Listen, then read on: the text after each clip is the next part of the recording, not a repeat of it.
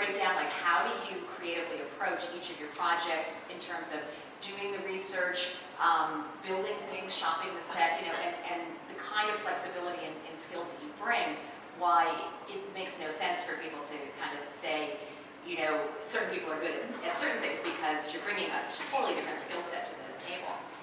Right. I also have a minor in dance therapy, so my skill set, which is not something that you could pigeonhole, is very much character-oriented in the work that I do. So even when I'm doing a superhero action picture, I look for the character. So the director's job is to make sure that the script is rendered as expected, to the film, to the cinematographer. But how do you do that in a film based on dysfunction? How do you keep the order? Well, that was the tricky part, because what the final edit ended up being was not what the original script was, because when we shot it according to the script, but there were things that just weren't working, and if we had a larger budget, we could probably shoot more stuff, but because we couldn't, we had to basically figure out how to tell the story by recutting it and telling it in a little bit more dysfunctional way, and it actually worked really to our benefit. I started developing the characters almost 8 years ago. So, rewrites after rewrites. I always wanted to write a film that was sort of self-contained, that had an independent sort of cult energy about it, that was racy, that was, politically offensive and, just wrong in so many ways, but also smart, that had some poetry about it, that we could do for a nominal budget. And so, money fell in, money fell out, money fell in, money fell out. We even did an Indiegogo campaign, raised $15,000, and people were like, yo, can I get my money back?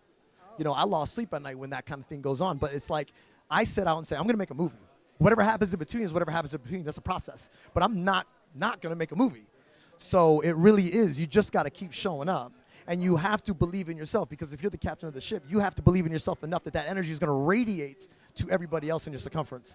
You have to create a concussion of energy so that people want to follow you and want to get on board with what you're doing. Tell us about your role as the house mother who is about the protagonist, the antagonist, and a few things in between. All of the above. She is the landlady. She is the caretaker. She loves them like her dear children, but then whips them into shape, tries to at least, and tries to corral them. It's very difficult to do with the personalities that they have. There was a lot I had to do to dig deep into this character, because she has so many layers to her, and she is just, a girl with so many deep-rooted issues, and it comes out in how she expresses herself sexually.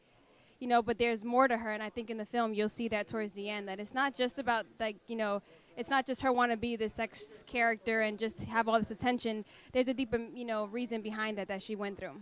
I guess it's a caveat about judging people and kind of seeing behaviors and taking that as the full explanation. Yes, absolutely. I mean, we can't judge a book by its cover because we don't know anybody's past, and everybody... everything you do in your life is based on the agreements you made and things you went through in life, and those are the decisions you make based on that. I'm a filmmaker, and I like to use drones in my films, in my commercials, and every time I would put one up in the air, I used to get a lot of flack for it, or people thought I was spying, or they thought I was doing something nefarious. And what it really boiled down to when I thought about it, it's not really the machine, it's the people that were afraid of something that they didn't understand.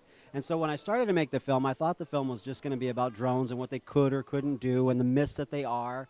And what it really boiled down to was fear. What it entailed in the process of putting it together.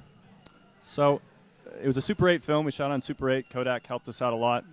We got some film stock from them. We went out and we started shooting all around downtown LA. And it was a film that deals with, it was a really hot topic then, and it still is now, of just crime in a city and kind of how people get to that point. I wanted to show both sides of it, right? So when we were writing the story, we wanted to take a look at cops showing up on the scene and then the would-be criminal showing up on the scene and kind of prove the point that it's really just a matter of perspective. Because they're both going at it for the right reasons in their own worlds, but when they collide with each other, what's right for one and what's right for the other is going to inevitably it's going to conflict.